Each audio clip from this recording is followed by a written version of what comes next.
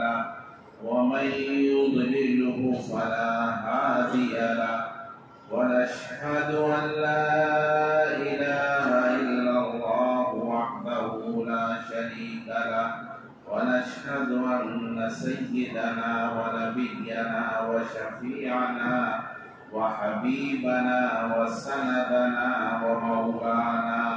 ومولانا محمدا عبده ورسوله وصلى الله تعالى على خير خلقه محمد وعلى آله وأصحابه أجمعين.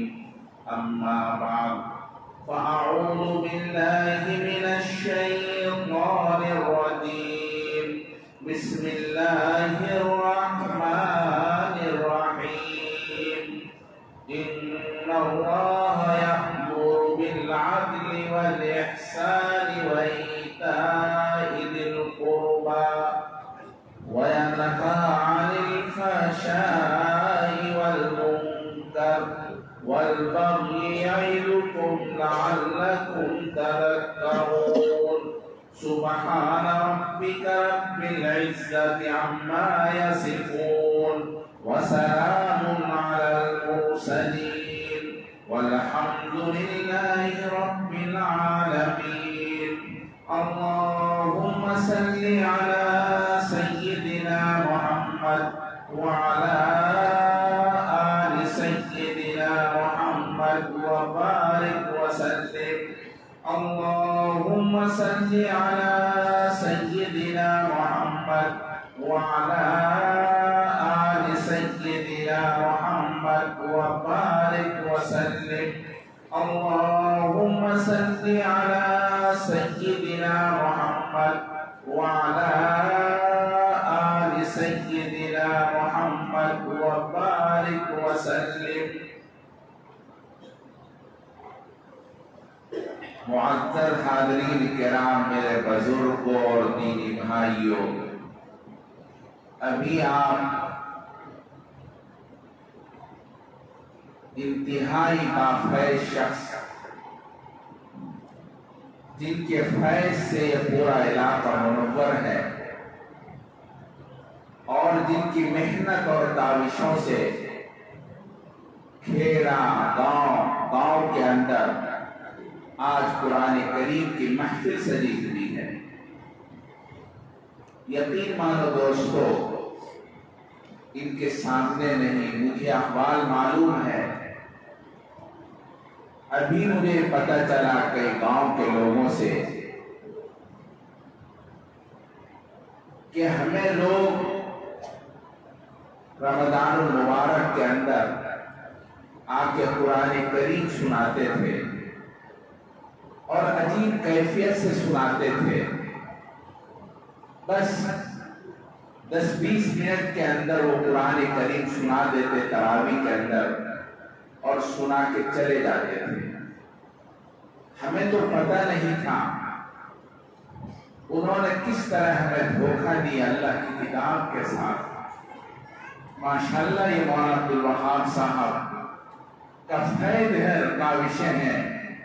ان کے ادارے کو حفاظ بچے اور محنت کر کے قرآن کریم کی یاد کرنے والے یہ بچے ان علاقوں میں پہنچے جہاں لوگ دھوکہ دے رہے ہیں ایمان کے حوالے سے، نماز کے حوالے سے، قرآن کریم کے حوالے سے، اور وہ لوگ وہاں کے اسی کے مزاج اور اسی کے مطابق اس کے عادی ہو گئے. اب جب ان کو صحیح قرآن کریم پیش کیا گیا اور قرآن کریم ان کے سامنے پڑھا گیا، ان کو بڑی حیرانی ہوئی کہ اب تک تو فلاں صاحب آتے تھے اور ایسا پڑھاتے. یہ مولانا کی کوششیں ہیں اور ان کے رفقا کی کوششیں ہیں. مولانا ابو شہمہ صاحب ان کے دوش بدوش چل کے کوششیں کرتے ہیں. الحمدللہ گاؤں کے اندر یہ اپنے حفاظ پہنچاتے ہیں اور صحیح قرآن کریم رمضان المبارک کے اندر سناتے ہیں. دوستو، قرآن اللہ کا کلام، اللہ کی ذات نور ہے، اللہ کلام بھی نور ہے. گناہ ظلمت اور تاریکی ہے، اندھیرے میں جب بلب جلتا ہے اندھیرا ختم ہوتا ہے، روشنی آتی ہے۔ ایسے ہی قرآن کریم جب سینے میں پہنچتا ہے تو اندھیرا دل منور ہوگا۔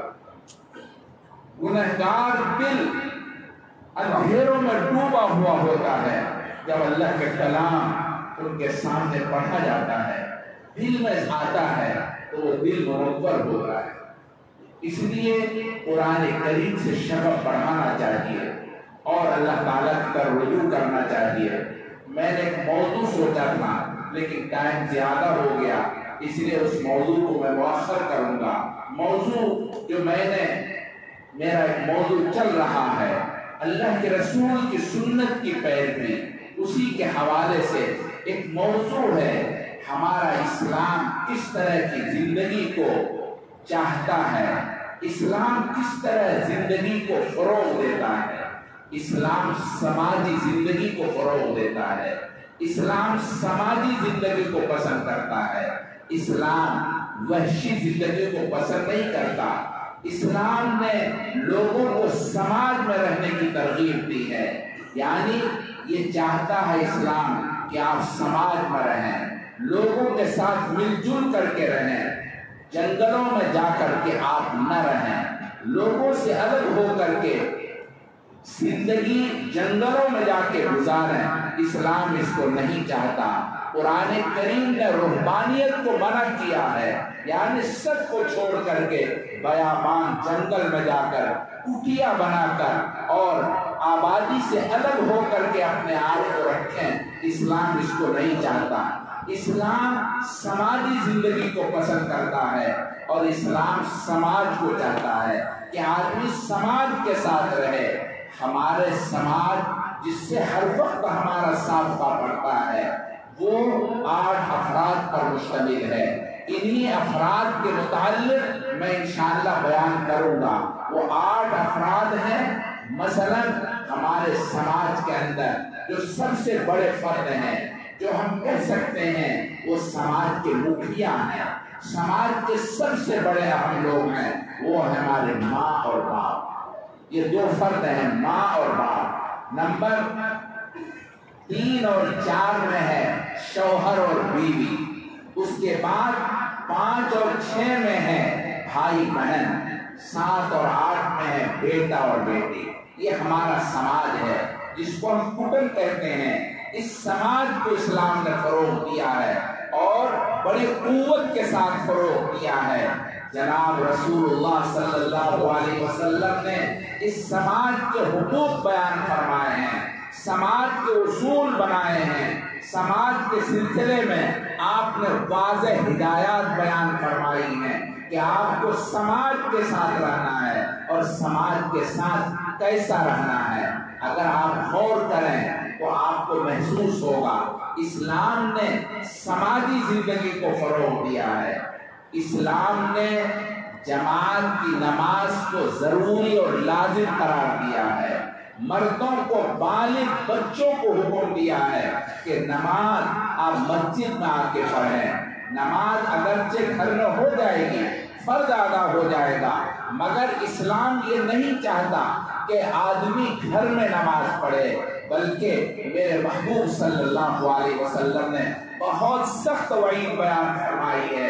آپ نے ایک موقع پر فرمایا میرا جی چاہتا ہے میں نماز کھڑی کرنے کو حکم دے دوں، جماعت کھڑی ہو جائے، پھر میں محلوں کے اندر چکر لگاؤں اور جو لوگ مجھے گھر میں نماز پڑھے بغیر ملے، یعنی نماز میں نہ جائے گھر میں پڑھے ملے، تو ان کے گھروں میں آگ لگا دوں اور ان سارے لوگوں کو جلا ڈالوں۔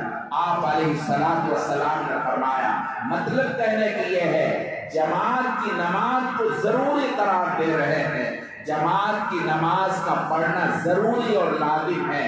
تمام نبیوں کے یہاں اور خاص طور پر ہمارے نبی جناب رسول اللہ صلی اللہ علیہ وسلم کی شریعت میں جماعت کی نماز کا پڑھنا ضروری ہے۔ تمام فقہاء کے یہاں جماعت کے اندر شریک ہو کر کے ادا کرنا نماز کو، یہ ضروری ہے۔ الفاظ کا فرق ہے، کوئی سنت مؤکدہ کہتا ہے، کوئی واجب کہتا ہے، کوئی فرض کہتا ہے، بہرحال یہ الفاظ کا فرق ہے، مگر سب کے نزدیک جماعت کا نماز پڑھنا ضروری ہے۔ جماعت میں آ کر کے، مسجد میں آ کر کے نماز پڑھنا ضروری ہے۔ میرے بھائی، محدثین نے بیان کیا ہے جماعت کی نماز کی حکمت کیا ہے، کیوں اللہ تعالیٰ نے نماز با جماعت کو ضروری قرار دیا۔ گھروں میں جب نماز ہو سکتی ہے، الگ آپ نے ثواب الگ بیان فرمائے، تنہا نماز پڑھنے والے کو ایک نماز کا ثواب ملے گا، اگر مسجد میں آ کر کے جماعت کی نماز کے ساتھ نماز پڑھتا ہے 25 درجہ زیادہ ثواب ملے گا۔ بعض روایت میں 27 درجے کا ذکر ہے، یہ ثواب الگ ہے، لیکن اس کے علاوہ آپ صلی اللہ علیہ وسلم نے جماعت کی نماز کو ضروری قرار دیا۔ خود آپ جماعت کی نماز کے اندر آپ حاضری لیتے تھے، اپنے صحابہ کے بارے میں دریافت فرماتے تھے، کیا فلاں نماز میں ہے، فلاں نہیں ہے، کیوں نہیں ہے، کیا وہ بیمار ہیں، کسی پریشانی میں مبتلا ہیں، آپ علیہ الصلوۃ والسلام دریافت فرماتے۔ اور آپ کے خلفاء حضرت ابو بکر صدیق رضی اللہ تعالیٰ عنہ، حضرت عمر رضی اللہ تعالیٰ عنہ باضابطہ حاضری لیتے تھے کہ نماز میں ہے کہ نہیں ہے، اگر نماز میں نہیں ہے وہ کیوں نہیں ہے۔ آپ صلی اللہ علیہ وسلم نے تاکید کے ساتھ اس طرح سے لوگوں کے بارے میں دریافت فرمایا۔ حضرت عمر فاروق رضی اللہ تعالیٰ عنہ نے ایک دن ایک صحابی کے بارے میں پوچھ لیا، بھائی فلاں نظر نماز میں نہیں آ رہے ہیں، کہاں ہے وہ؟ لوگوں نے کوئی جواب نہیں دیا۔ حضرت عمر رضی اللہ تعالیٰ عنہ نماز پڑھنے کے بعد فوراً ان کے گھر چلے گئے، اور گھر جانے کے بعد ان سے دریافت فرمایا، دستک کی، باہر آئے، پوچھا کیا بات ہے، آپ بیمار ہیں، آپ کیوں مسجد میں نہیں آئے، کیا وجہ ہے، آپ کیوں نماز میں نہیں آئے، جماعت کی نماز آپ نے کیوں نہیں پڑھی؟ اس صحابی نے کہا میں بیمار نہیں ہوں، میں پوری رات نفلوں میں رہا، اور فجر کا وقت ہوا تو میں نے کمر سیدھی کرنی چاہی اور یہ سوچا بھی وقت ہے، تھوڑی دیر میں مسجد چلا جاؤں گا، مگر میری آنکھ ایسی لگی کہ میں سوتا رہ گیا۔ حضرت عمر فاروق رضی اللہ تعالیٰ عنہ نے فرمایا، دیکھو جماعت کے ساتھ مسجد میں جا کے نماز پڑھنا پوری رات نفل میں گزارنے سے بہتر ہے۔ حضرت عمر فاروق رضی اللہ تعالیٰ عنہ نے فرمایا، میرے بھائی کہنے کا یہ ہے کہ آپ صلی اللہ علیہ وسلم صحابہ کے سلسلے میں حال احوال دریافت فرماتے ہیں۔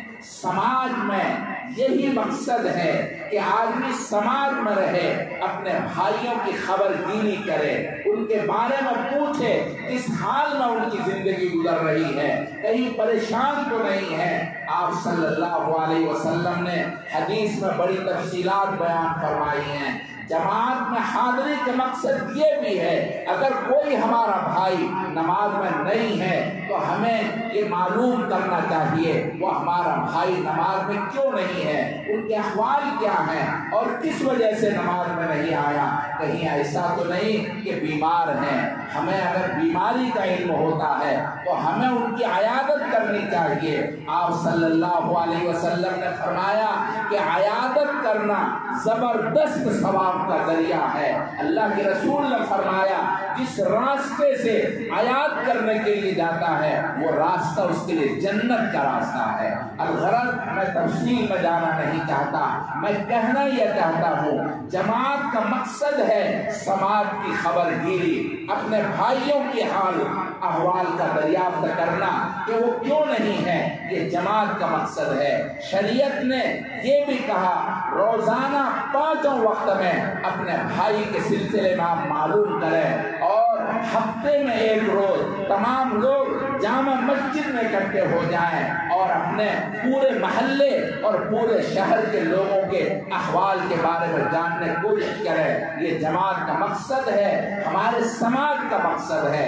سماج کے اندر انصاف شریعت چاہتی ہے، شریعت یہ چاہتی ہے آدمی سماج کے اندر رہے اور سماج کے حقوق ادا کرے، ہر ایک کا حق ادا کرے۔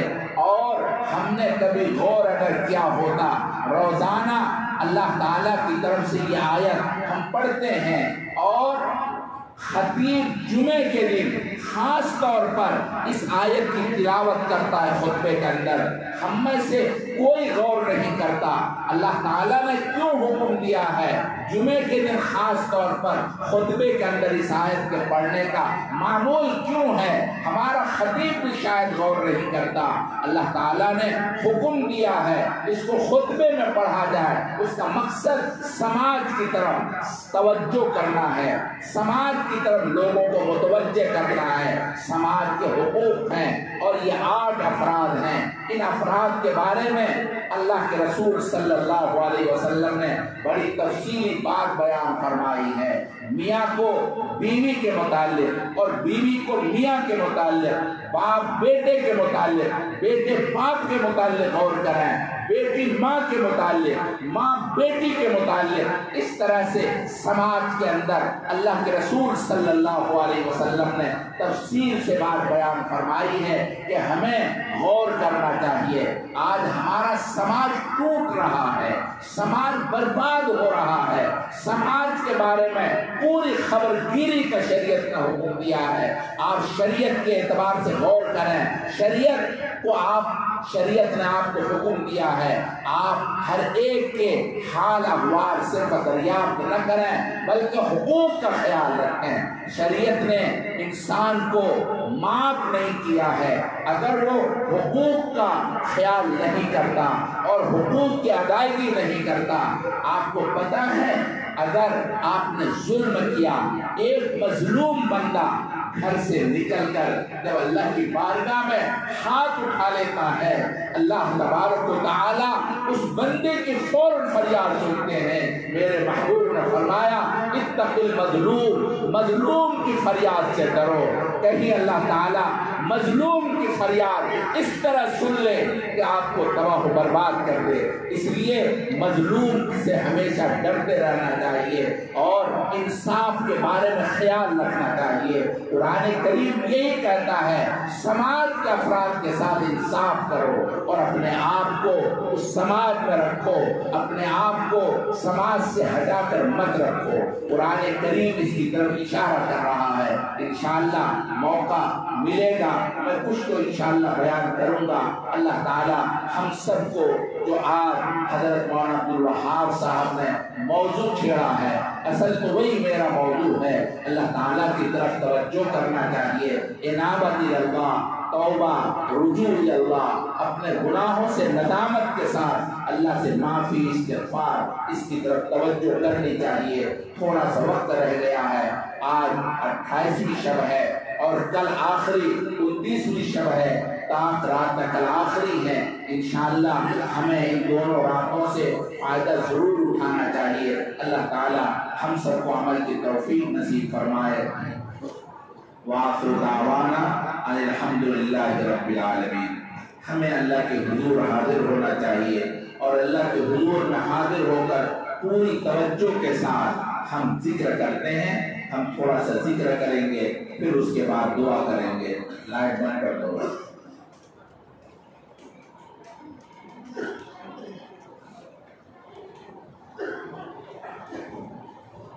ارے جلدی بند کرو بھائی۔ پوری توجہ کے ساتھ اللہ تعالیٰ کی طرف متوجہ ہو کر اللہ کا ذکر کریں۔ درود شریف پڑھیں۔ اللہم صلی علی سیدنا محمد وعلی آل سیدنا محمد وبارک وسلم۔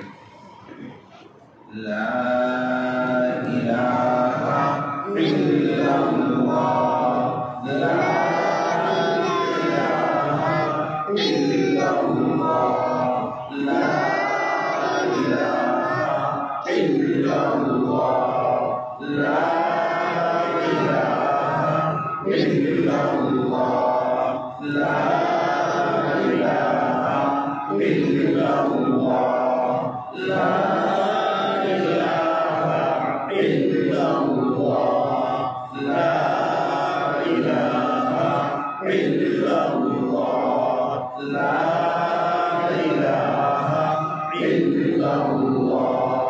لا الہ الا اللہ لا الہ محمد رسول اللہ صلی اللہ علیہ وسلم ذکر دو الا اللہ الا اللہ الا اللہ الا اللہ الا اللہ الا اللہ الا اللہ الا اللہ الا اللہ لا الہ الا اللہ محمد رسول اللہ صلی اللہ علیہ وسلم ذکر سو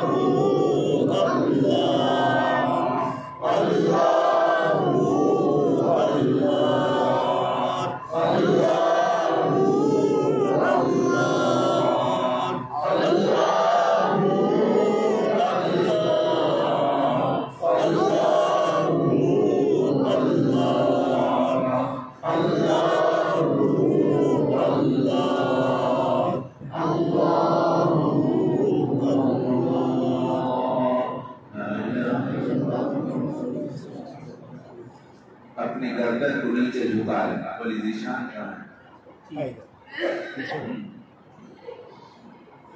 اپنی گردن نیچے جھکا لے اپنی ظاہر کی آنکھوں کو بند کر لے من کی آنکھوں کو کھولے اپنے دل کے دریچوں میں جھانکیں آپ کو اپنے گناہوں کی سیاہی نظر آئے گی تمام دنیا سے کٹ کر ہٹ کر ایک اللہ واحد کریم کی یاد میں ڈوب جائیں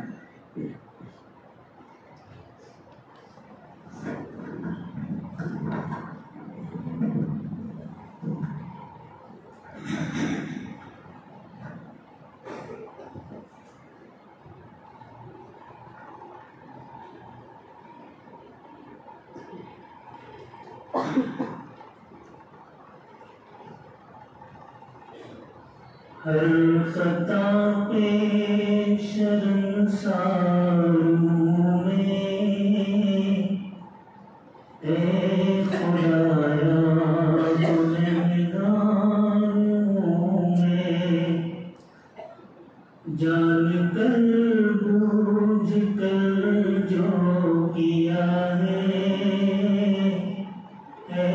پتا مجھے تو اس کی سزا ہے ہر خطا پہ شرمسار ہوں میں اے خدایا گنہگار ہوں میں تیری چوکھٹ پہ سر نہ جھکایا بس زمانے کو اپنا بنایا تیری رحمت ہی تو آسرا ہے تجھ سے کہنے کو کچھ نہ بچا ہے تیری چوکھٹ پہ سر نہ جھکایا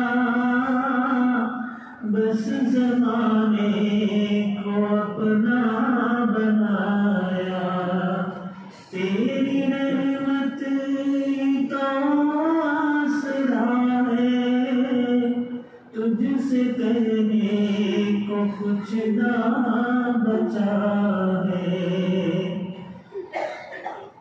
ان دعاؤں میں میرے سجدوں پہ ایسی نظر کر میں اندھیروں میں ہوں تو سحر کر ان دعاؤں میں ایسا سر دے رب کعبہ مجھے معاف کر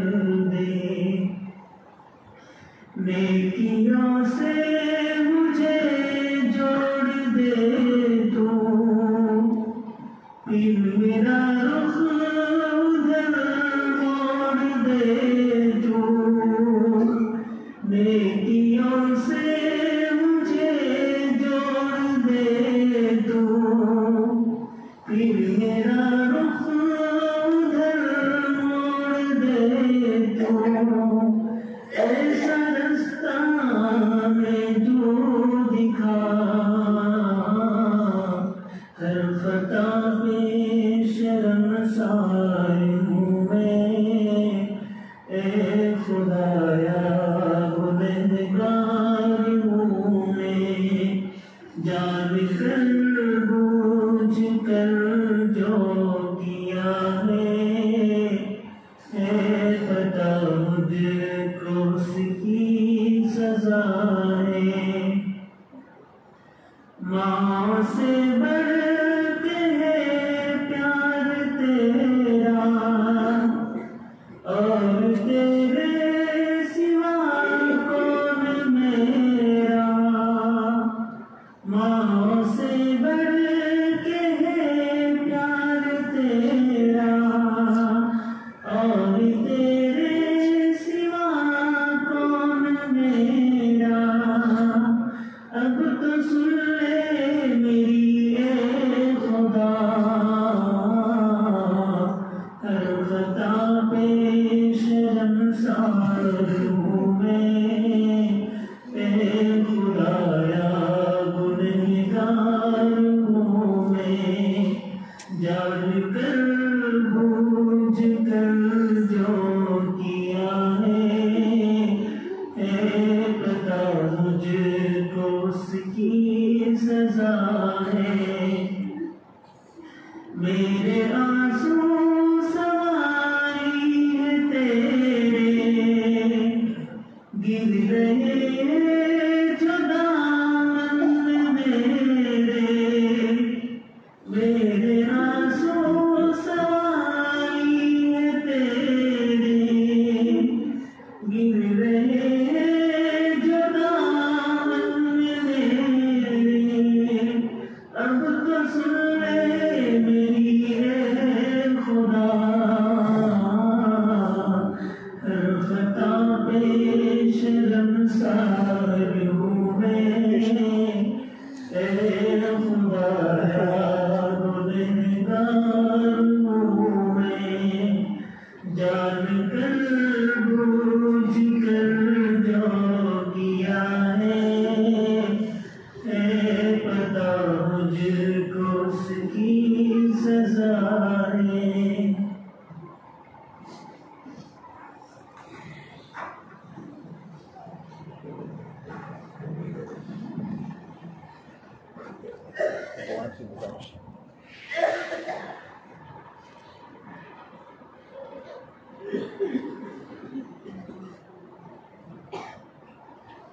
اللهم لك الحمد ولك الشكر اللهم لك الحمد الحمد حمدا كما ينبغي لجلال وجهك وعظيم سلطانك. اللهم لك الحمد حمدا دائما مع دوامك. اللهم لك الحمد حمدا خالدا مع خلودك. اللهم صل على سيدنا محمد وعلى آل سيدنا محمد وبارك وسلم. ربنا لا تزغ قلوبنا بعد إذ هديتنا وهب لنا من لدنك رحمة إنك أنت الوهاب. ربنا فاغفر لنا ذنوبنا وكفر عنا سيئاتنا وتوفنا مع الأبرار. رب کریم ہم سراپا گنہگار ہیں، سر کے بال سے لے کر پیر کے ناخن تک گناہوں میں ڈوبے ہوئے ہیں۔ رب کریم ہم نے دن کے اجالوں اور رات کے اندھیروں میں گناہ کیے ہیں، ہم نے چھوٹے بھی گناہ کیے ہیں، بڑے بھی گناہ کیے ہیں، ظاہراً بھی گنہگار ہیں، باطناً بھی گنہگار ہیں۔ ہم گناہوں کی رسیاں ہیں، ہمارا انگ انگ گناہوں میں ڈوبا ہوا ہے۔ اس وقت ہم آپ کے سامنے اپنے گناہوں کے اعتراف کرتے ہیں، اقراری مجرم ہیں، آپ کے سامنے حاضر ہیں۔ رب کریم اپنے فضل و کرم سے ہم سب کے گناہوں کو معاف فرما دیجیے۔ رب کریم اس وقت پوری امت مسلمہ بہت پریشان ہے، اس آکاش کے نیچے اس دھرتی کے اوپر پوری امت ننگی سر کھڑی ہے، کوئی پرسان حال نہیں ہے۔ آپ علیہ السلام کے سامنے قبیلہ طی کی ایک بچی ننگی سر لائی جاتی ہے، آپ کو ننگا سر رہنا دیکھا نہیں جاتا۔ آپ اپنے بدن مبارک سے اپنے پیرہن مبارک اتارتے ہیں، خود ننگے بدن ہو جاتے ہیں، اس بچی کے سر کو چھپا دیتے ہیں۔ وہ کریم ہے، وہ کریم تھے، آپ کریموں کے کریم ہیں، آپ کریموں کے کریم ہیں، آپ کریم تھے۔ آپ نے فتح مکہ کے دن سب کے لیے اعلان کیا، لا تثریب علیکم اليوم، آج تمہارے اوپر کوئی دار و گیر نہیں ہے۔ یوسف علیہ السلام کریم تھے، انہوں نے اعلان کر کے کہہ دیا لا تثریب علیکم اليوم۔ رب کریم آپ کریموں کے کریم ہیں، آپ کریموں کے کریم ہیں۔ ایک مرتبہ ہم سب کے لیے اعلان کر دیجئے میرے بندے جاؤ، میں نے تمہیں معاف کر دیا۔ ایک مرتبہ محبت بھری ہم سب کے اوپر نگاہ ڈال دیجئے، پیارے اللہ ایک محبت بھری نگاہ ڈال دیجئے۔ رب کریم ہمیں معاف کر دیجئے، رب کریم ہمیں معاف کر دیجئے۔ رب کریم ہمارا حال سند فقیر کی طرح ہے جو مانگتا مانگتا مسجد کے دروازے پر پہنچ گیا، اندازے سے محسوس کیا بڑا دروازہ ہے، کسی امیر کبیر کا گھر معلوم ہوتا ہے، اگر یہ دروازہ آج ہمارے لیے کھل جائے ہمارے گھر سے فقر دور ہو جائے گا۔ اس امید پر اونچی صدا لگائی اور زور زور سے دستک دینی شروع کی۔ دستک دیتے دیتے جب کوئی جواب نہ ملا، وہ اندھا فقیر کہنے لگا یہ گھر والا کتنا بخیل کنجوس بکی چوس ہے، یہ جواب دینا بھی پسند نہیں کرتا، ہمیں کیا بھیک دے گا، یہ کہہ رہا تھا۔ ادھر سے ایک اللہ کے بندے نے دیکھا یہ اندھا فقیر مسجد کے دروازے پر صدا لگا رہا ہے، اس نے زور سے آواز دے کر کہا وہ اللہ کے بندے تو کہاں صدا لگا رہا ہے، تجھے کون جواب دے گا، یہ تو اللہ کے گھر مسجد ہے، تجھے کون جواب دے گا۔ یہ سننا تھا۔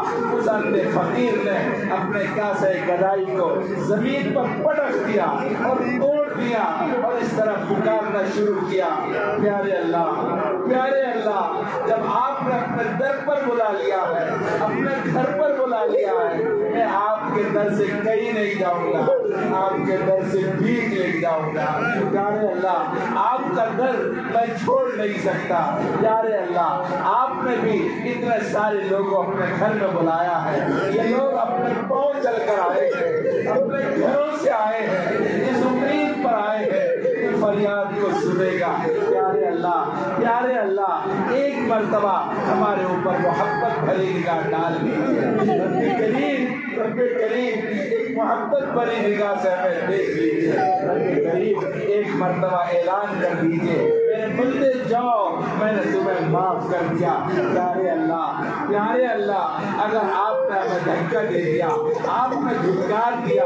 رب کریم اس سے بڑھ کر کوئی محروم نہیں، رب کریم اس سے بڑھ کر کوئی محروم نہیں۔ آپ کے در کا محروم کہیں اس کو کامیابی نہیں مل سکتی۔ رب کریم اپنے فضل و کرم سے ہمارے اوپر کرم فرما دیجیے، محبت بری نگاہ ڈال دیجیے، رب کریم محبت بری نگاہ ڈال دیجیے۔ رب کریم ہمارا حال اس معصوم سے بچے کا ہے جو بچہ اپنے کپڑے کو غلاظت میں خراب کر لیتا ہے، باہر نکلتا ہے، لوگ ڈانٹتے ہیں، ڈپٹتے ہیں، کہتے بھاگ جا، تیرے کپڑے سے بدبو آ رہی ہے، تیرے کپڑے پر خانہ لگا ہوا ہے۔ وہ معصوم سا بچہ ہے، رو پڑتا ہے، لوگوں کی ڈانٹ سن کر تڑپنے لگتا ہے، ایک سہارا ماں کی طرف دوڑ پڑتا ہے اور روتے ہوئے ماں کو آواز دینے لگتا ہے، فریاد کرتا ہے، ممی کو آواز دیتا ہے، ممی ممی ممی، ساری دنیا میں مجھے دھکا دے دیا،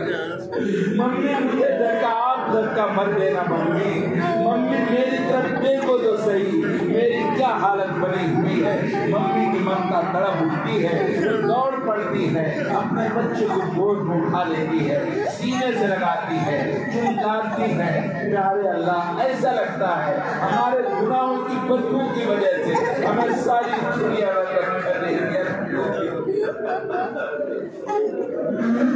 کوئی پیار نہیں کرتا، اللہ کوئی پیار نہیں کرتا، اللہ کوئی پیار نہیں کرتا، اللہ کوئی پیار نہیں کرتا۔ اللہ اے اللہ، آپ ہی ہم سے پیار کر لیجیے اللہ، اے اللہ یاد کر لیجیے اللہ، پیار کر لیجیے اللہ، پیار کر لیجیے اللہ، اللہ پیار کر لیجیے اللہ۔ اے پیارے اللہ، اے پیارے اللہ، بہت دور ہو چکی ہے، اے پیارے اللہ بہت دیر سے آئے، بہت دور سے آئے، اے اللہ بہت ہو چکا ہے، اللہ معاف کر دیجیے، اللہ معاف کر دیجیے، اللہ معاف کر دیجیے اللہ۔ ماؤں سے بڑھ کے ہے پیار تیرا، ماؤں سے بڑھ کے ہے پیار تیرا، میرے سوا کون تیرا، میرے آنسو سوالی تیرے، یہ گر رہے دامت میرے اللہ معاف کر دیجیے، اللہ معاف کر دیجیے اللہ، اے اللہ معاف کر دیجیے اللہ، اے اللہ عہد کرتے گناہ نہیں کرے گا، معاف کر دیجیے اللہ، اے اللہ معاف کر دیجیے اللہ، معاف کر دیجیے اللہ، اے اللہ، اے اللہ، اے اللہ تیرے حبیب نے فرمایا رمضان المبارک میں جو شخص اپنی مغفرت نہ کروا سکا، اپنے آپ کو بچا نہ سکا، اے اللہ وہ برباد ہے، ہلاک ہے۔ ایسا لگتا ہے ہمارا نام ایک فہرست میں آ چکا ہے جو فہرست ہلاکت والوں کی ہے۔ اے پیارے اللہ معاف کر دیجیے اللہ، ایسا لگتا ہے آپ ہم سے ناراض ہو گئے، اگر آپ اسی طرح ناراض ہیں ہمارا کیا بنے گا؟ دنیا والے پرندوں کو پکڑتے ہیں، پہلے مارتے ہیں، ذبح کرتے ہیں، پھر آپ کو ڈھونڈ کر کھاتے ہیں، اگر آپ اسی طرح ناراض ہیں ہمارا کیا بنے گا؟ آپ ہمیں زندہ جہنم کی آگ میں ڈھونڈ زندہ جہنم کی آگ میں ڈھونڈ ڈالیں گے، اللہ معاف کر دیجیے اللہ، اللہ ہمیں دنیا کی معمولی آگ برداشت نہیں ہوتی، جہنم کی آگ کیسے برداشت ہوگی اللہ؟ اے اللہ معاف کر دیجیے اللہ، معافی چاہتے ہیں اللہ، اے اللہ معافی کی بھیک مانگ رہے ہیں اللہ، اے اللہ ہم نے اپنے ہاتھوں کا بھیک کا کٹورا بنا رکھا ہے، اے پیارے اللہ اس کٹورے میں کرم کی بھیک دے دیجیے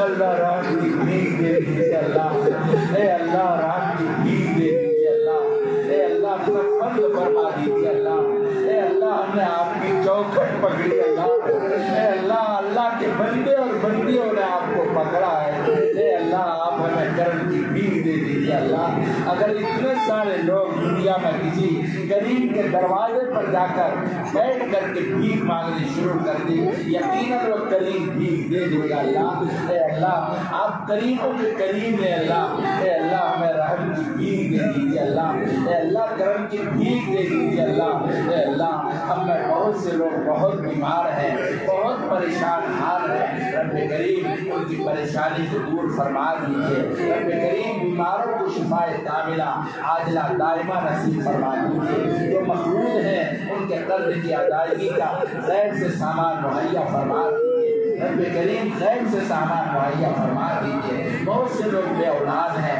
ان کو نیک سال اولاد عطا فرما دیجیے، بہت سے اولاد والے ہیں ان کی اولاد نافرمان ہے، ان کی زبان سے کبھی کبھی نکل پڑتا ہے کاش ہماری کوکھ سے ایسی اولاد جنم نہ لی ہوتی، رب کریم اپنے فضل و کرم سے ان کے اولاد کو نیکوکار بنا دیجیے، موتی و فرما بردار بنا دیجیے، آنکھوں کی ٹھنڈک بنا دیجیے، بہت سے گھروں کے اندر بچے اور بچیاں شادی کے قابل ہیں، ان کی جوانی ڈھل رہی ہے، والدین پوری رات تڑپتے ہیں، ان کو نیند نہیں آتی، رب کریم ایسے بچی پر رحم فرما لیجیے، ان کے رشتے کا انتظام فرما دیجیے، بہت سے گھروں میں میاں بیوی بنا اتفاقی ہے، دونوں میں جھگڑے ہیں، دونوں بہت پریشان حال ہیں، رب کریم ان میں محبت پیدا فرما دیجیے، ایسی محبت جیسی محبت آدم حوا میں پیدا فرمائی، ایسی محبت جیسی محبت ابراہیم سارہ میں پیدا فرمائی، ایسی محبت جیسی محبت حضرت علی اور فاطمہ میں پیدا فرمائی،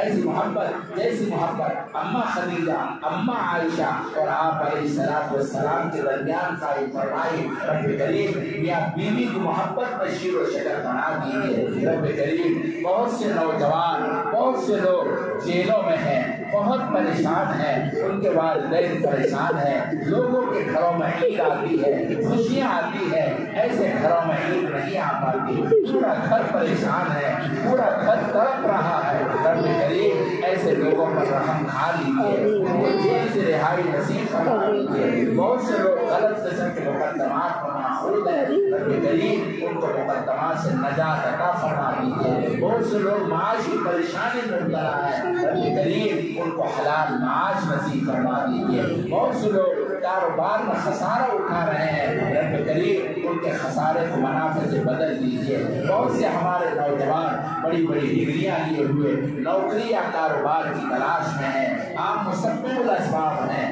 رب کریم ان کو نوکری کے اسباب مہیا فرما دیجیے، ان کو کاروبار کے اسباب مہیا فرما دیجیے، رب کریم کلمہ پڑھتے پڑھتے عمر گزر گئی ہے، داڑھی سفید کر بیٹھے، دل سیاہ کر بیٹھے، رب کریم ایمان کا نور نصیب فرما دیجیے، ہمارے دلوں کو ایمان کے نور سے منور فرما دیجیے، رب کریم ہمیں کلمے کی حلاوت کب نصیب ہوگی، رب کریم ہمیں کلمے کی حلاوت نصیب فرما دیجیے، قرآن کریم کی تلاوت کی لذت نصیب فرما دیجیے، نماز کی حضوری نصیب فرما دیجیے، سجدے کا سرور نصیب فرما دیجیے، حیا والی آنکھ نصیب فرما دیجیے، ذکر و شکر والی زبان عطا فرما دیجیے، ہڈی ہڈی بوٹی بوٹی سے اپنے ذکر کو جاری فرما دیجیے، محبت والا دل عطا فرما دیجیے، اطاعت والا جسم نصیب فرما دیجیے، آخری پہر کے اندر مناجات کی لذت نصیب فرما دیجیے، رب کریم آپ نے ہم جیسے کمزوروں سے کہا ہے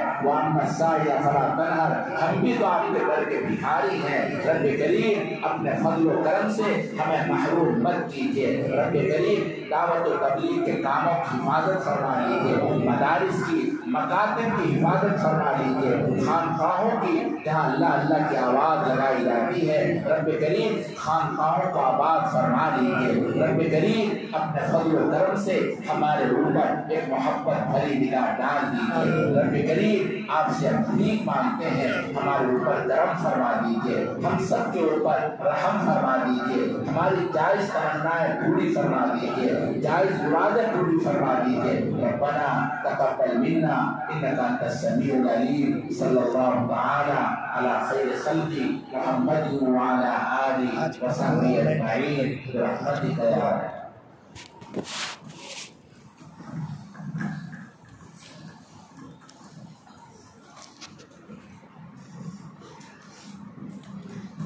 جگہ پہ بیٹھے رہے، ہماری مستورات مائیں اور بہنیں جب گھر چلی جائیں گی اس کے بعد آپ لوگ جائیں ایسے، کوئی بھی حضرات ابھی باہر نہ جائے، مجاہد بھائی حاجی وسیم صاحب جلدی جائیں اور جا کر کے ہماری مستورات کو پردے کے اہتمام سے ان کے گھر تک پہنچائیں۔ ایک اعلان ہے، ہمارے درمیان حضرت مولانا ابو شہمہ قاضی صاحب تشریف فرما ہے، ان کا یوٹیوب چینل ایک چل رہا ہے جس میں تقریباً 2 لاکھ فالوورز ہیں. اس میں علماء حق بیانات، جمعیت آل انڈیا مسلم مسئلہ بورڈ، مدارس اور سیاسی سوشل ورک اوقاف خدمات کو ڈالتے رہتے ہیں. اور ابھی جو حضرت والا کا جو بیان ہوا ہے یہ بیان بھی انشاءاللہ یوٹیوب پر آپ کو موصول ہو جائے گا. جو مناجات، نعت اور جو تلاوت کلام اللہ ہوا یہ ساری چیزیں یوٹیوب چینل پر ہو جائے گا. آپ یوٹیوب چینل پر استفادہ اٹھائیں. ایسے بیانات سے جو اللہ والے کے بیانات ہوتے ہیں، مناجات ہوتے ہیں، اسی طریقے سے تلاوت کلام اللہ ہوتا ہے.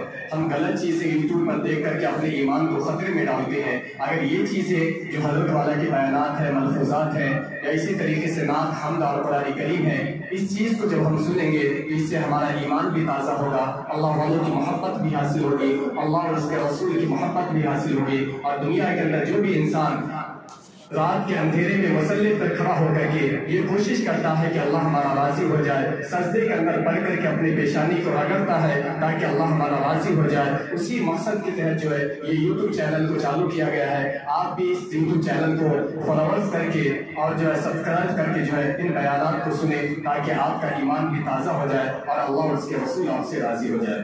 اسی طریقے سے جو حضرات مسافر کرنا چاہتے ہیں وہ حی علی الصلاۃ کی طرف سے آئے، سکون و اطمینان کے ساتھ حضرت والا سے مسافر کریں.